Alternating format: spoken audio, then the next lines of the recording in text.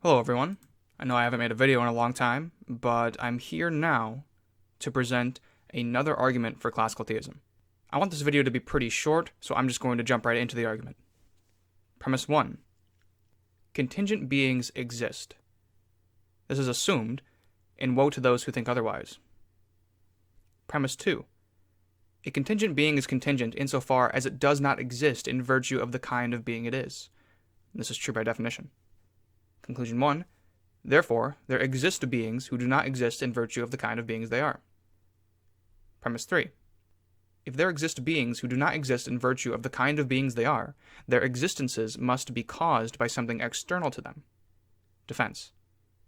If their existences were caused by something internal to them, it would be viciously circular.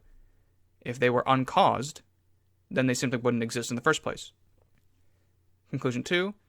Therefore, contingent beings have their existences in virtue of an external cause. Premise 4. If contingent beings have their existences in virtue of an external cause, then if the external cause of a contingent being is itself contingent, then it will require an external cause. Premise 5. The external cause of a contingent being is contingent, ex hypothesi. Conclusion 3. Therefore, this being will itself require an external cause. Premise 6. If this causal series is comprised entirely of contingent beings, then it will continue ad infinitum, which is true given the prior conclusions. Premise 7. If this causal series continues ad infinitum, then it will entail a vicious regress.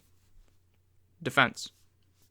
Existential causal series are fundamentally causal series ordered per se, and per se ordered causal series must have a primary member who has the causality of the series originally or non-derivatively, since derivative causality is necessarily derived from something underived or original. This is why the regress would be vicious, since a vicious regress by definition is a regress that is not completed at any stage. Premise 8. This causal series does not entail a vicious regress. Defense. Vicious regresses don't obtain, and I say woe to those who think they do. Conclusion 4. Therefore, this causal series does not continue ad infinitum. Conclusion 5. Therefore, it is not the case that this causal series is comprised entirely of contingent beings. Premise 9. If it is not the case that this causal series is comprised entirely of contingent beings, then there is at least one necessary being in the causal chain. Defense. The only option other than contingent and necessary is an impossible being. But an impossible being is not really a being, as any true being is at least possibly existent. Conclusion 6. Therefore, there is at least one necessary being in the causal chain. Premise 10.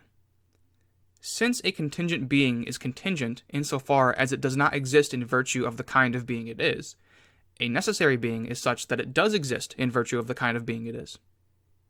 Premise 11.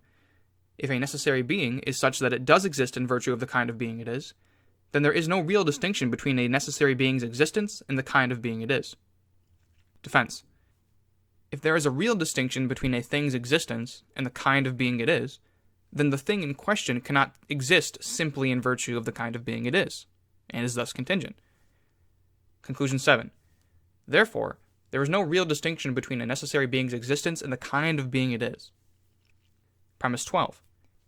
If there is no real distinction between a necessary being's existence and the kind of being it is, then a necessary being is not composed of act and potency, but is just pure actuality. Defense. A thing's causal powers are a kind of actuality in the thing, and the type of causal powers the thing has, and the extent to which that thing can use them, are determined by the kind of thing it is. So the kind of being a thing is serves as a principle of limitation in the exercising of its causal powers. So, this thing would be a composite of act and potency insofar as it is a composite of a kind in an act of existence, since this thing's causal powers stand in potency to its kind, which is its nature or essence. But, if a thing's existing is no different from the kind of being it is, then it is not a composite of a kind in an act of existence. So it does not have any principle of limitation regarding the type and extent of its causal powers, and so its causal powers do not stand in potency to a distinct kind. And since a thing's causal powers are a type of actuality in the thing, then a being whose existence is not really distinct from the kind of thing it is, and so does not possess a principle of limitation, is thus devoid of potentiality, and so is pure actuality. Conclusion 8. A necessary being is not composed of act and potency, but is just pure actuality. Premise 13. Pure actuality is metaphysically simple precisely because it is not composed of act and potency, but is just pure actuality. Defense. To be metaphysically composed is just to be composed of act and potency in some way. Conclusion 9. Therefore, a necessary being is simple. Premise 14. If contingent beings exist, require an external cause for their existences, where such a causal series does not continue ad infinitum and includes at least one necessary being, where such a necessary being is pure actuality, then classical theism is true. Conclusion 10. Classical theism is true. Now, as you may have noticed already, I've put this argument in the description of this video, so it's easier to follow along to this video. As always, I'd love feedback in the comments as to whether you think this works, whether you think it doesn't, which premise do you think is false or true, whether it's logically valid, whether the conclusions follow from the premises, and so on. Also, I noticed today that I've surpassed 300 subscribers, which is really a really cool thing. It seems like a really small number, but to me, who started this YouTube channel uploading animation videos and only had 10, 20 subscribers, having 300 subscribers is really cool. So I want to thank you all for watching my videos and subscribing. I'm thinking about doing some sort of 300 subscriber special where I just do a live stream and answer any sort of questions you have regarding philosophy or my personal life or whatever it is. So if that is something that would interest any of you, then let me know in the comments for sure. Once again, thank you for watching the video, and I'll see you in the next one. If this causal series continues my God.